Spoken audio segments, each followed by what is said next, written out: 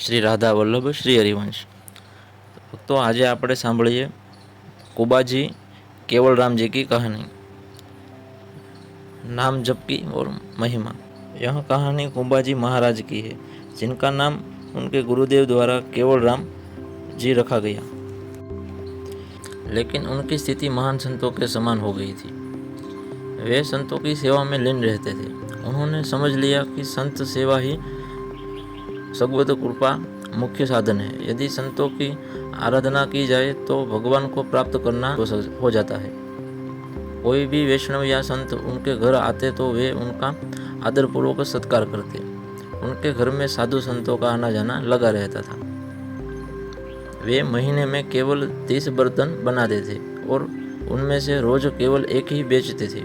इसी समिति कमाई से वे ही अपने परिवार का भरण पोषण करते और शेष धन से संत सेवा करते थे। वे अधिक बर्तन इसलिए नहीं बनाते क्योंकि उनका मत था कि यदि हम अधिक व्यापार और संसारिक गतिविधियों में उलझ जाएंगे तो हमारा मन आंतरिक भजनों में नहीं लगेगा। कुबाजी का संत सेवा के लिए ऋण लेने का संकल्प एक दिन उनके घर में बहुत से संतों की मंडली आई, किंतु उनके घर में संत सेवा के लिए कोई व्यवस्था नहीं थी। उन्होंने पत्नी से कहा, अब हमें किसी से उधार लेना पड़ेगा। संत आए हैं और वे भूखे नहीं रह सकते। वे यह भी कर सकते थे कि संतों से हाथ जोड़कर विनम्रतापूर्वक कह देते कि उनके पास भोजन की व्यवस्था नहीं है, लेकिन उनके प्रेम हृदय ने यह स्वीकार नहीं किया। उन्होंने सोचा, संतों की सेवा के लिए भी लेना ऋण भी लेना पड़े तो कोई दोष नहीं है। कुबाजी का संत सेवा के लिए उधार लेने का कोई ऋण नहीं समझते थे। वे एक महाजन के पास गए और कहा, हमारे घर 20-25 संत आए हैं, हमें उनके लिए भोजन सामग्री चाहिए, कृपया हमें उधार दे दें, हम धीरे धीरे इसे चुका देंगे। अधिकांश महाजनों ने यह कहकर मना कर दिया कि यह गरीब आदमी है, इसे उधार देने का कोई लाभ नहीं। लेकिन एक चतुर महाजन ने कहा कि यदि तुम मेरा एक काम कर दो तो जितनी भी सामग्री चाहिए मैं दे सकता हूँ। कुबाजी महाराज ने पूछा, आपका क्या काम है? महाजन ने कहा, हमारे कुएं की खुदाई का काम रुका हुआ है, यदि तुम उसे पूरा कर सको तो मैं तुम्हें संत सेवा के लिए सामग्री दे दूंगा।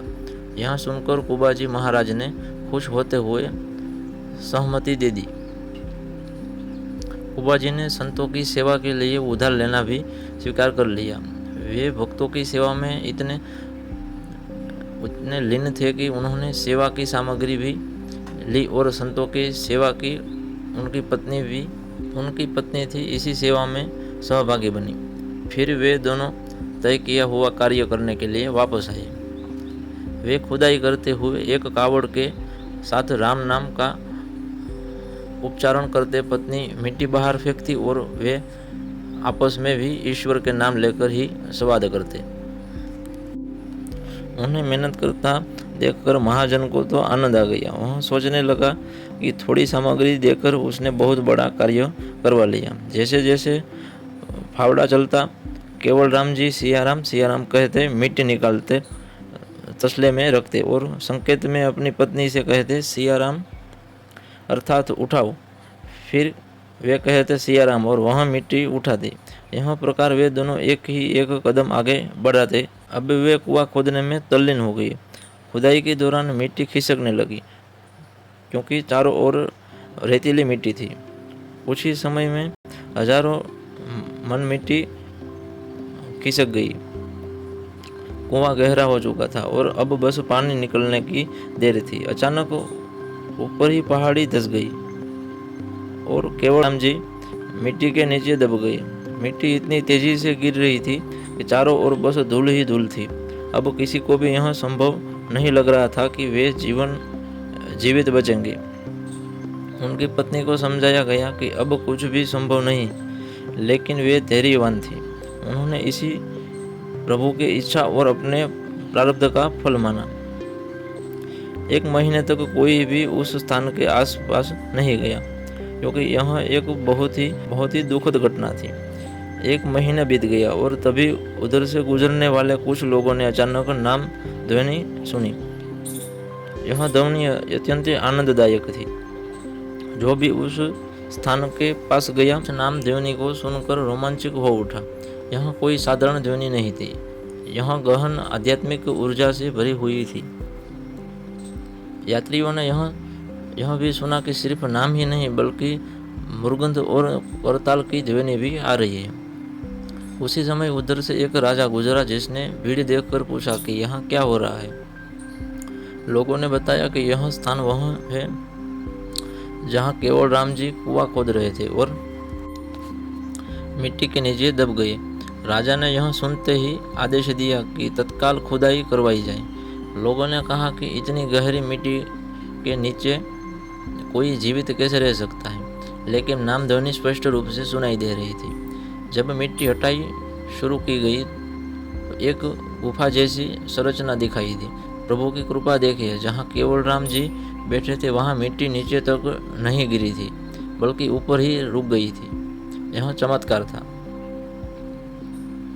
जब सभी ने देखा तो पाया कि केवल राम जी आरामदायक मुद्रा में बैठे हुए थे और जोर जोर से सिया राम का जप कर रहे थे। उनके पास सुंदर पात्र में भोजन रखा था और जल भी रखा था। प्रश्न यह था कि यह भोजन और जल कहाँ से पहुँचा।